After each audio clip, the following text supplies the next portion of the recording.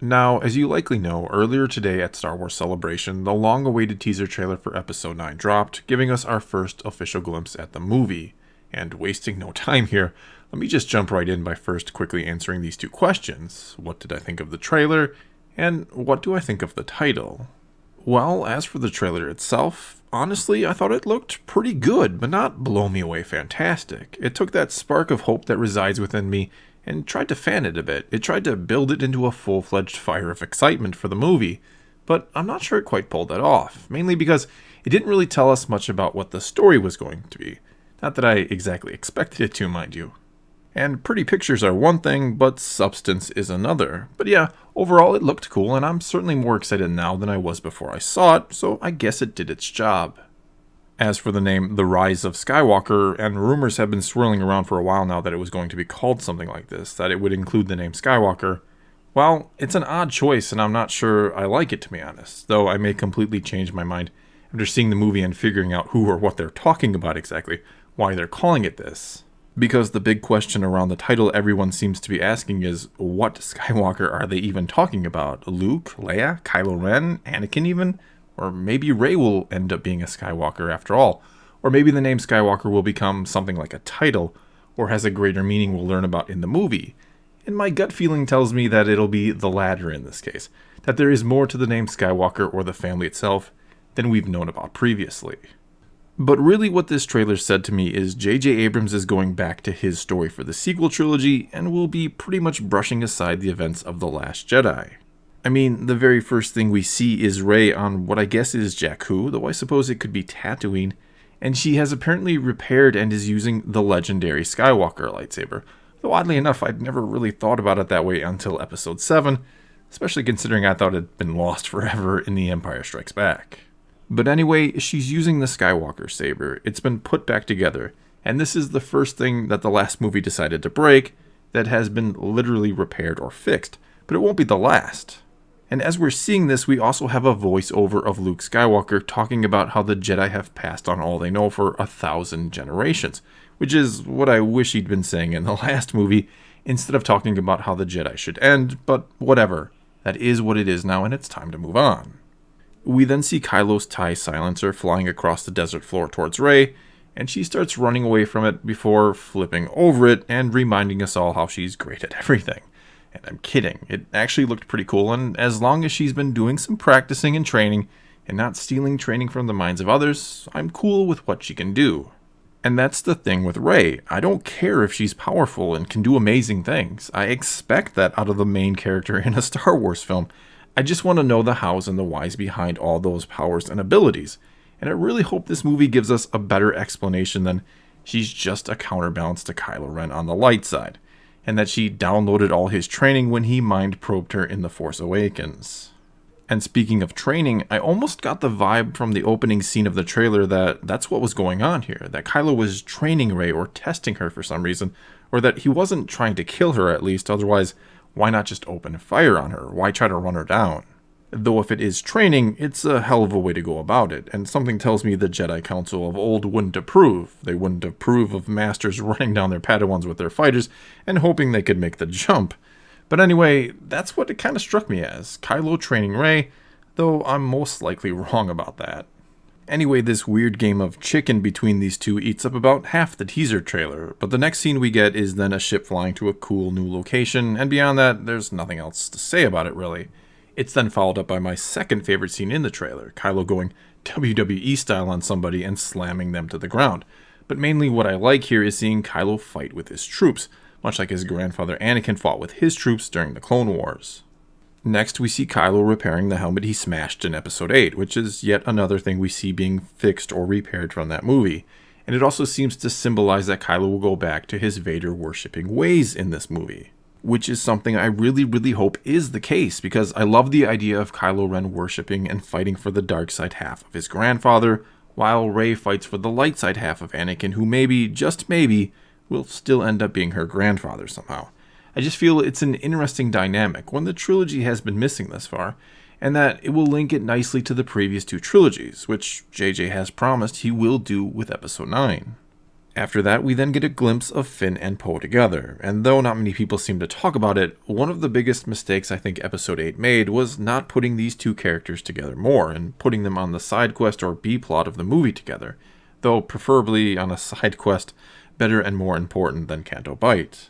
Because, as I've said before, they had great chemistry in The Force Awakens, and it was a shame they didn't build upon their friendship in Episode 8, truly a missed opportunity, and one I'm happy that will be rectified in Episode 9. And J.J. Abrams even said in the Episode 9 panel that the movie would see all our main characters together on one mission, not split up like they were in Episode 8, and he received quite a round of applause when he said that. That then is followed up by my favorite moment in the trailer, and the only one that really hit me on an emotional level, that being seeing Lando at the helm of the Millennium Falcon again. Absolutely awesome. And all I could think after seeing it was, please don't be stupid, Lucasfilm, and kill him. Please, just let the man be a hero one last time and ride off into the sunset. Not fade away while watching it. We then get a bit more of Poe and Finn together, along with 3PO, this time being chased on what looks to be Jakku again, but who knows for sure, before we get a shot of a medal from A New Hope, and it's hard to say if it's Han or Luke's, or maybe if it's even Chewie, because yes, he was given one even though it was never shown. Either way, there's no doubt that it's Leia holding it, and I wonder if it could maybe lead to a flashback of some sort, because I can't help but feel like we're going to get plenty of those in this movie. Next, we get a glimpse of Leia and Rey sharing an emotional embrace, which leads to some speculation about maybe these two still being related somehow. Maybe that's an aunt hugging her niece, or a mother and daughter moment. Who knows? Who knows if J.J. Abrams would really be willing to go that far down the retcon hole? Though, is it really retconning if Kylo was just lying to Rey, or telling her the truth from a certain point of view? And then we get to the truly interesting parts. First, Rey and friends looking upon the remains of the second Death Star, and I'd guess it has to be on the Forest Moon of Endor somewhere? In an ocean on the planet somewhere? Though who knows, maybe it's somewhere else altogether, though I don't know how it would have gotten to another planet, unless maybe it's just a different moon of Endor, the ocean moon of Endor perhaps. But then again, if Luke's lightsaber that he lost on Bespin can end up in the hands of Maz Kanata on Takodana, and we're just told it's a good story for another time, perhaps part of the second Death Star just ended up on a distant planet and we'll be told that it's a good story for another time.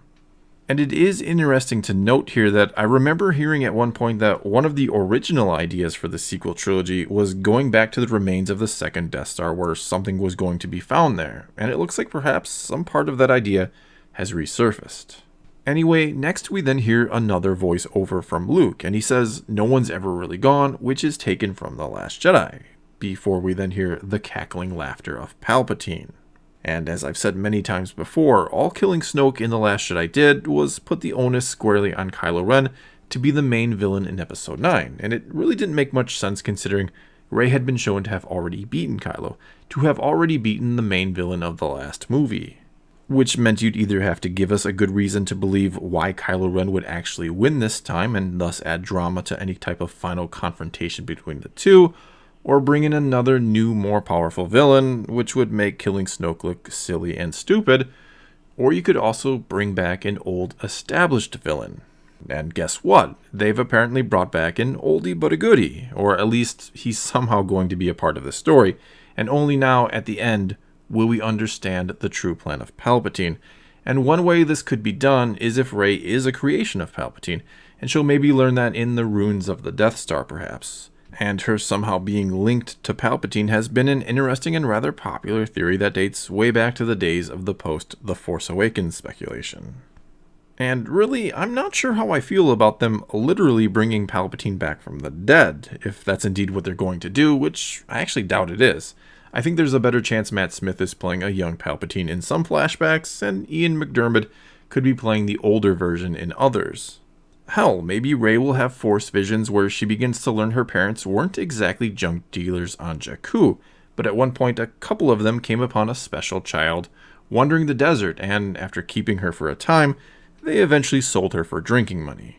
Meaning, as I said, that Kylo Ren was telling the truth from a certain point of view. He just didn't know about the part where she had escaped from some sort of hidden Imperial facility, still operational on Jakku, where they were trying to maybe resurrect Palpatine, or perhaps clone him.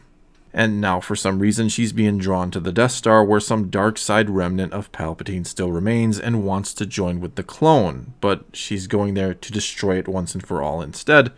And I know that sounds like a bit of a wacky theory, but after a long day at Celebration today, that's about the best I got at the moment. Either way, and mind you, I'm a huge fan of Palpatine. He's maybe my second favorite character behind Luke, but I don't know that I want him back or to have survived somehow.